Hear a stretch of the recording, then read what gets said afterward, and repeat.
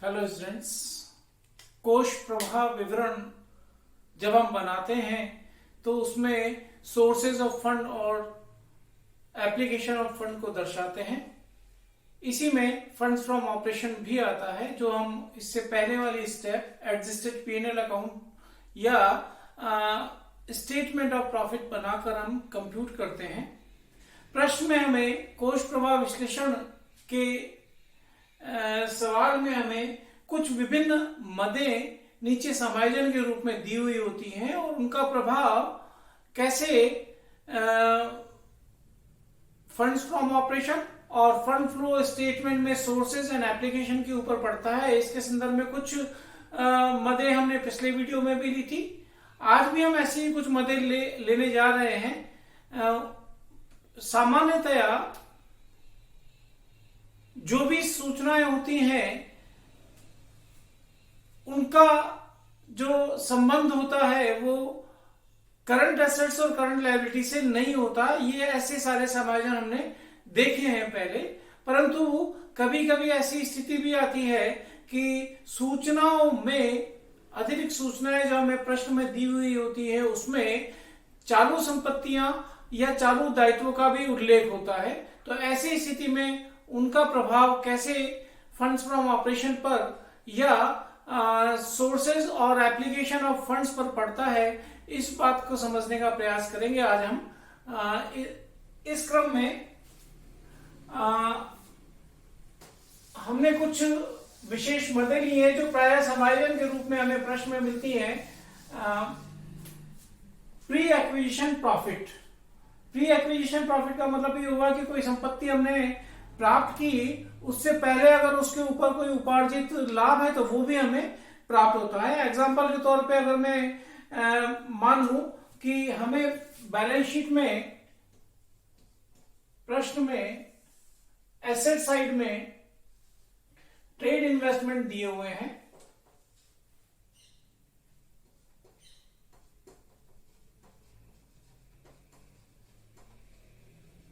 पहले साल के और दूसरे साल का वैल्यू हमें ट्रेड इन्वेस्टमेंट का प्रश्न में दे रखा है। ये 20,000 और 30,000 क्रमशः अगर मैं मान लूं, और एक इसके संदर्भ में जो समायोजन या अतिरिक्त सूचना दे रखी है वो इस प्रकार से है कि ये डिविडेंड प्राप्त हुआ है, लाभांश प्राप्त हुआ है इन ट्रेड इन्वेस्टमेंट के ऊपर 3,000 रुपए का, और उसमें से 1,000 रुपए चूंकि वो प्री एक्विजिशन प्रॉफिट है इसलिए इन्वेस्टमेंट अकाउंट में क्रेडिट किए गए। इन्वेस्टमेंट अकाउंट में क्रेडिट कर दिया गया। अगर ये सूचना है तो इसका समायोजन कैसे होगा इस सूचना का? तो इन्वेस्टमेंट का अकाउंट जब हम बनाएंगे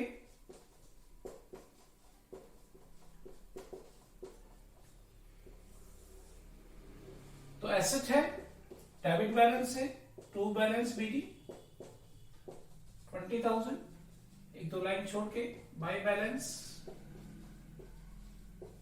सीडी, यहां से लीजिए बैलेंस शीट से 30,000।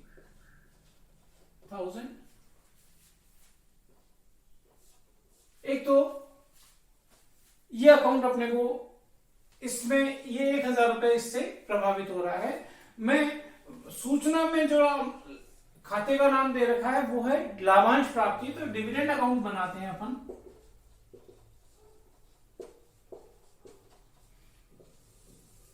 डिविडेंड प्राप्त हुआ है तो प्रविष्टि क्या करेंगे? बैंक अकाउंट दिया टू डिविडेंड बाई बैंक।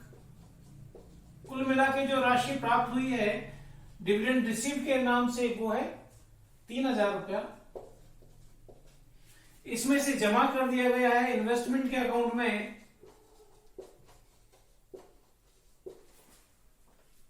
वो 1,000 रुपया, और बकाया जो 2,000 रुपया है वो लाभानी खाते में क्रेडिट हो जाएगा PNL. Account post acquisition profit के नाम से। तो प्री एक्विजिशन प्रॉफिट इन्वेस्टमेंट के अकाउंट में क्रेडिट करेंगे, इसने इन्वेस्टमेंट का नाम लिया है तो यहां पर बाय डिविडेंड 1000। इस प्रकार से ये खाता क्लोज हो जाएगा। इसकी सीआर साइड का योग है 31,000, इधर भी आप योग करेंगे तो 31,000 आएगा। तो 11,000 का आपने न्यू परचेज किया है इन्वेस्टमेंट का बैंक से। तो ये तो आपका एप्लीकेशन ऑफ फंड हो गया। और पीएनएल अकाउंट में जब 2,000 रुपये दर्शा रखा है तो जब हम एडजस्टेड पीएनएल अकाउंट बनाएंगे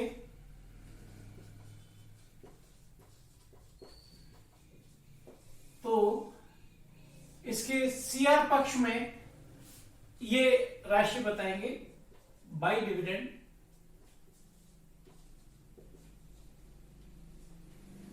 2,000 रुपया। तो ये 2,000 रुपया पोस्ट एक्विजिशन प्रॉफिट का यहां पर जमा हो जाएगा और प्री एक्विजिशन प्रॉफिट का यहां पर जमा हो जाएगा। तो ये होता है प्री एक्विजिशन प्रॉफिट का समायोजन। इसी क्रम में हम दूसरा लेते हैं under valuation of stock. Under valuation over valuation भी हो सकता है प्रश्न में। फिर स्टॉक की बात कर रहे हैं तो ओपनिंग स्टॉक में भी हो सकता है और क्लोजिंग स्टॉक में भी हो सकता है। जैसी भी स्थिति प्रश्न की हो तो एक एग्जांपल हम लेते हैं और इसको हम मानते हैं कि बैलेंस शीट जब अपने को दे रखी है उसके एसेट साइड में करंट एसेट्स प्रदर्शित हैं, मान लें फर्स्ट ईयर की और सेकेंड ईयर की भी कोई भी वैल्यू अपन मान लें लाइक 3,20,000 एंड 4,50,000। महत्वपूर्ण बात यह है कि नीचे स्टॉक के बारे में क्या क्या रखा है सूचना में, उसका समायोजन कैसे करेंगे। एक तो पहली बात तो ये कि बैलेंस शीट में चूंकि करंट एसेट दे रखी है, इसका मतलब स्टॉक हो, डेटर्स हो, इस प्रकार के कोई भी करंट एसेट हो वो सब इसके अंदर शामिल है। सूचना ये दे रखी है अपने को कि जो पहले स्टॉक को 10% कम पर मूल्यांकित करने की प्रथा थी, वर्ष के दौरान उसको लागत पर मूल्यांकित किया जाना तय किया गया। तो पहले 10% बिलो द कॉस्ट की प्रथा थी और ओपनिंग स्टॉक प्रश्न में सूचना में दे रखा है अपने को ऐसा स्टॉक 63,000 रुपए का था।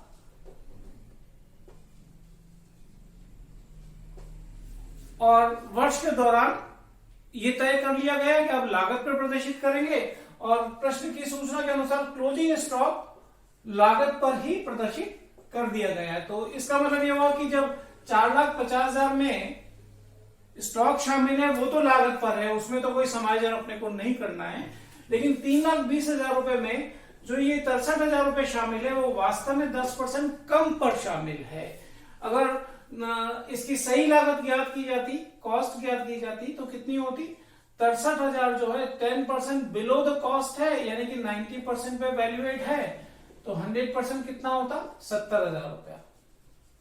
जबकि इस 320 में कितना शामिल कर रखा है आपने, मात्र 63,000 रुपया।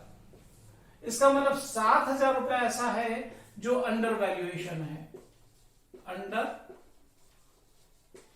Valuation in opening stock. दोनों ही शब्द महत्वपूर्ण है, ओपनिंग शब्द भी और अंडर शब्द भी। Under valuation in opening stock PNL account जब हम बनाते हैं तो इसको डेबिट साइड में प्रदर्शित करते हैं। यहीं से आप पकड़िए कि इसको हम कैसे लेस और ऐड करते हैं। चूंकि ये डेबिट साइड में शो किया हुआ होता है ओपनिंग स्टॉक, तो डेबिट साइड में अगर हम राशि कम बतला रहे हैं, अंडर बतला रहे हैं, कम बतला रहे हैं, तो इसका मतलब प्रॉफिट को बढ़ा रहे हैं। प्रॉफिट को आपने बढ़ा दिया है तो वापस सही कैसे करेंगे, उसको कम करके करेंगे। और यही अगर ओवर वैल्यूएशन होता तो हम क्या कहते हैं, प्रॉफिट पे इंपैक्ट क्या होता उसका, कि ज्यादा बता दिया अगर डेबिट साइड में तो उसको आपको लाभ कम कर रखे हैं, तो लाभ को कम सही कैसे करेंगे, वापस ऐड करके उसको कर देंगे। तो इस प्रकार से हम इनका समायोजन करेंगे।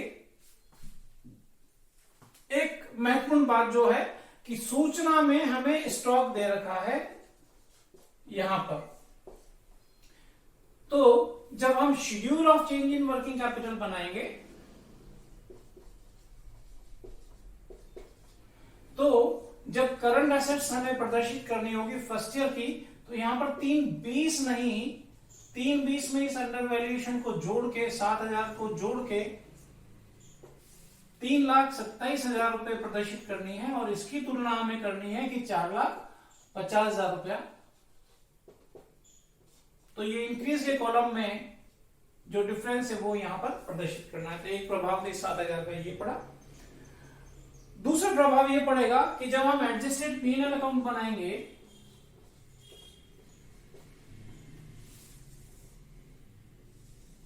तो ये 7,000 यहां पर प्रदर्शित किया जाएगा under valuation of opening stock 7,000 रुपया।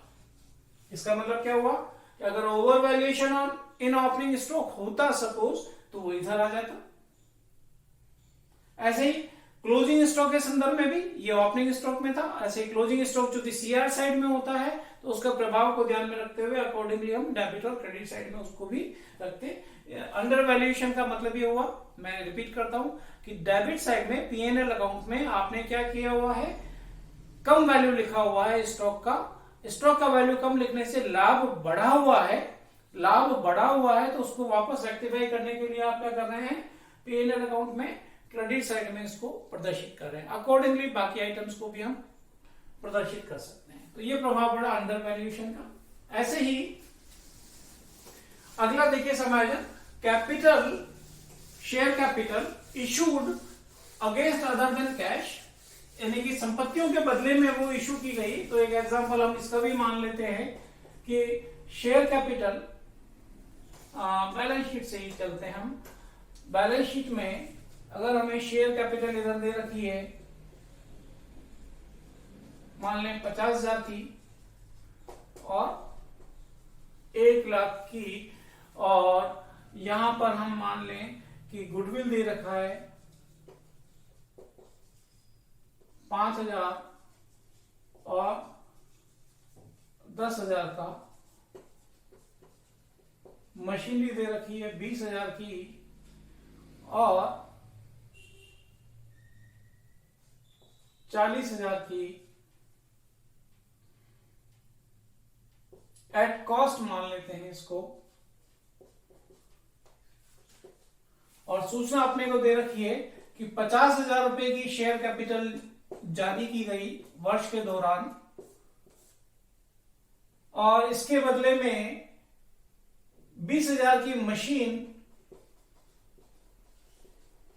और 25,000 रुपए का स्टॉक प्राप्त किया गया। तो जारी शेयर कैपिटल की है 50,000 की, बदले में अभी तक अपने को प्रश्न में सूचना दी है 20,000 की मशीनरी जो कि इसमें शामिल हो जाएगी, और स्टॉक अगर यहाँ पे प्रश्न में स्टॉक या करंट एसेट्स दे रखी है तो वो स्टॉक इसमें यहां पर शामिल है। तो 5,000 रुपए की एक्स्ट्रा जो शेयर कैपिटल दी है, पहले तो अपने को ये तय करना है बैलेंसिंग फिगर, ये किसके नाम से दी है, तो ये बिजनेस परचेज जो हुआ है उसमें आपने गुडविल के नाम से ये एक्स्ट्रा शेयर कैपिटल जारी की है, तो ये गुडविल इससे समायोजित हो जाएगा। तो जब हम मशीनरी अकाउंट बनाएंगे, मैं मशीनरी अकाउंट में, तो टू बैलेंस बीडी, यहां से आप लेके आएंगे 20,000 रुपया ये वाला, और बाई बैलेंस सीडी यहां से लेके आएंगे 40,000 रुपए। अगर अन्य कोई सूचना प्रश्न में मशीनरी के संदर्भ में दे रखी है तो उसका भी समायोजन इसमें आपको करना है। परंतु इस पर्टिकुलर ट्रांजेक्शन का क्या फर्क पड़ा कि ये जो एंट्री है, अगर आप देख रहे हैं शेयर कैपिटल जारी की गई है, तो अगर मैं जनरल प्रविष्टि बोलूं तो मशीनरी अकाउंट दिया, स्टॉक अकाउंट दिया, गुडविल अकाउंट दिया टू शेयर कैपिटल। तो मशीनरी के खाते में आप लिखेंगे by share capital,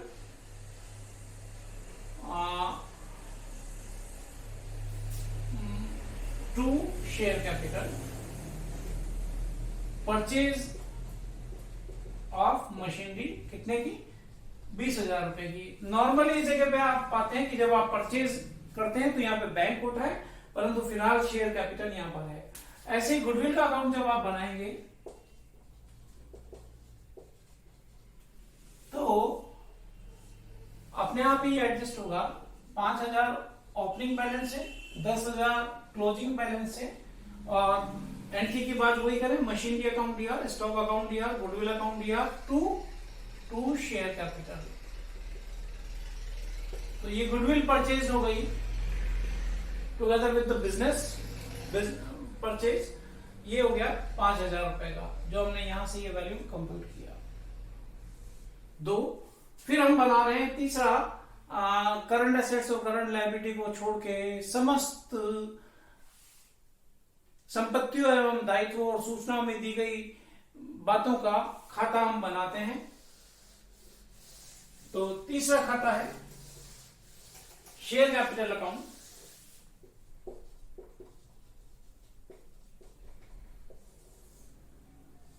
share capital में ओपनिंग बैलेंस आपको दे रखा है 50,000 रुपया, क्लोजिंग बैलेंस आपको दे रखा है 1,00,000 रुपया। आपने ड्यूरिंग द ईयर इशू किया है शेयर कैपिटल अगेंस्ट मशीनरी, तो बाई मशीनरी 25,000 रुपया, 20,000 रुपया। जो भी समायोजन है उसके प्रभाव दो खातों में पड़ते हैं। तो मशीनरी अकाउंट में हमने डेबिट साइड में देखा था शेयर कैपिटल को 20,000 रुपए से, ऐसे ही बाई स्टॉक 25,000 रुपया और बाई गुडविल 5,000 रुपया, और इस प्रकार से दोनों पक्षों का योग 1,00,000 रुपया। गुडविल को भी हमने दो पक्षों में देख लिया है कि शेयर कैपिटल में लिखा हुआ है आपने गुडविल अकाउंट, और गुडविल अकाउंट में आपने लिखा हुआ है शेयर कैपिटल अकाउंट। तो डबल दो जगह पे सूचनाओं का प्रभाव आता है, दो खातों में उसका प्रभाव आता है, तो वो दोनों जगह हो गई। लेकिन ये विशेष बात है कि स्टॉक का हम खाता नहीं बनाते, वो हम शेड्यूल में लेके चले जाते हैं।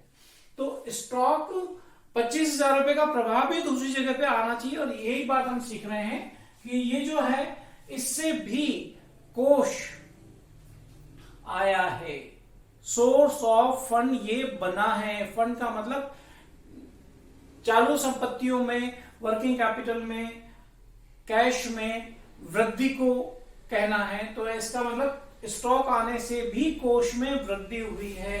तो ये महत्वपूर्ण बात जो आपको याद रखनी है कि जब हम फंड फ्लो स्टेटमेंट, कोष प्रवाह विवरण बनाएंगे तो सोर्सेज में हम इस चीज को दर्शाएंगे। कैसे कि share capital issued against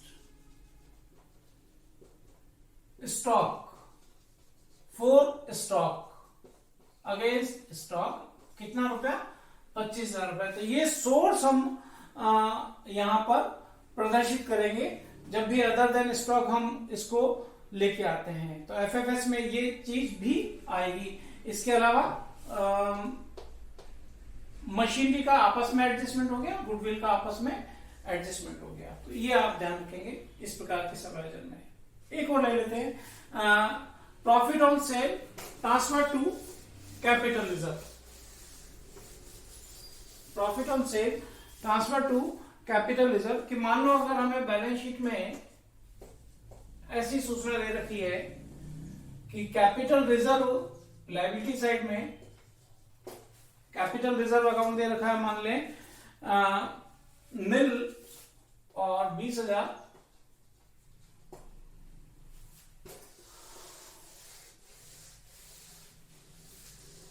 profit on sale transfer to capital reserve. Capital reserve में दे रखा है 20,000, और इधर मान लो प्लांट अपने को दे रखा है 2,00,000 और 1,70,000 रुपया। और प्रश्न में जो सूचना है कि वर्ष के दौरान प्लांट के एक हिस्से को बेचा गया और उस पर जो लाभ हुआ, प्रॉफिट जो हुआ, वो क्रेडिट किया गया कैपिटल रिजर्व अकाउंट में। नॉर्मली जब हम बेचते हैं तो उसका मूल्य होता है, पर यहां पे मूल्य नहीं दे रखा है एक बार।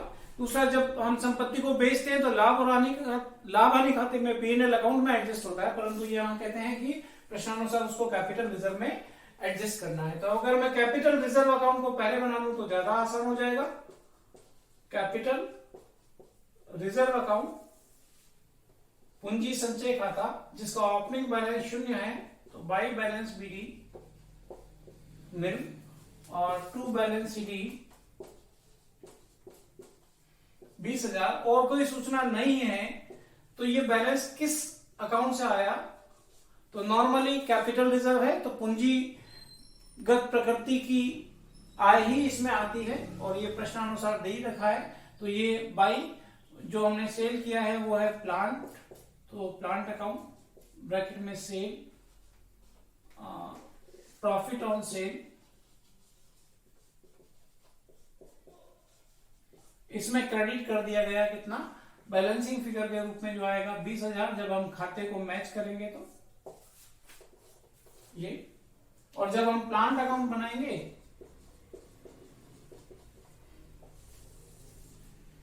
तो एसेट है to balance BD, debit side में लिखिए 2 लाख रुपया,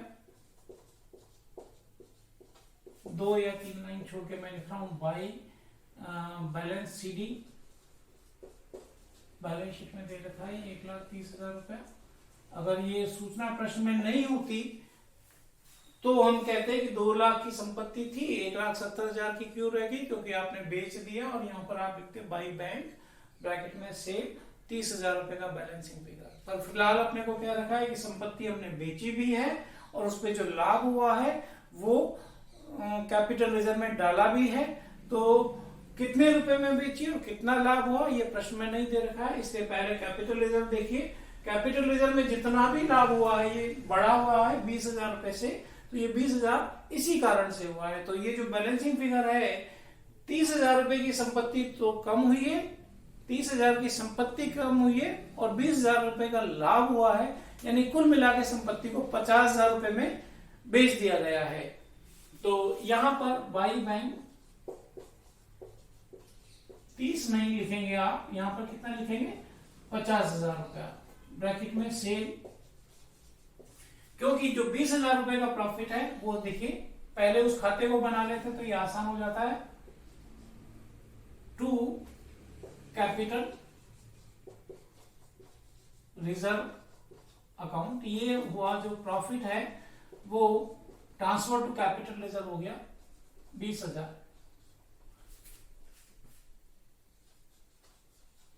तो इधर का टोटल भी 2,20,000 और इधर का टोटल भी 2,20,000। और बैंक जो है वो सोर्स ऑफ फंड है, वहां पे चला जाएगा। और प्रॉफिट जो हुआ है यहाँ पर, जो नॉर्मली किसी भी अकाउंट में आप प्रॉफिट देखते हो वो P&L अकाउंट में होता है क्रेडिट, परंतु यहाँ पे प्रश्न में कह रखा है तो उसको हमने कैपिटल रिजर्व में इस प्रकार से क्रेडिट किया। तो इस प्रकार से कुछ विशेष बातें होती हैं जिनको आप ध्यान में रखिए। प्रश्नानुसार जो सूचना दे रखी है उसको खातों में समायोजित कीजिए और उसको एडजस्टेड P&L अकाउंट में फंड्स फ्रॉम ऑपरेशन ज्ञात करते समय ले जाइए। और अगर वो कैश बैंक फंड से संबंधित सूचना है तो उसको फंड फ्लो स्टेटमेंट में सोर्स या एप्लीकेशन जैसी भी स्थिति है वहां पर लेके जाइए। धन्यवाद।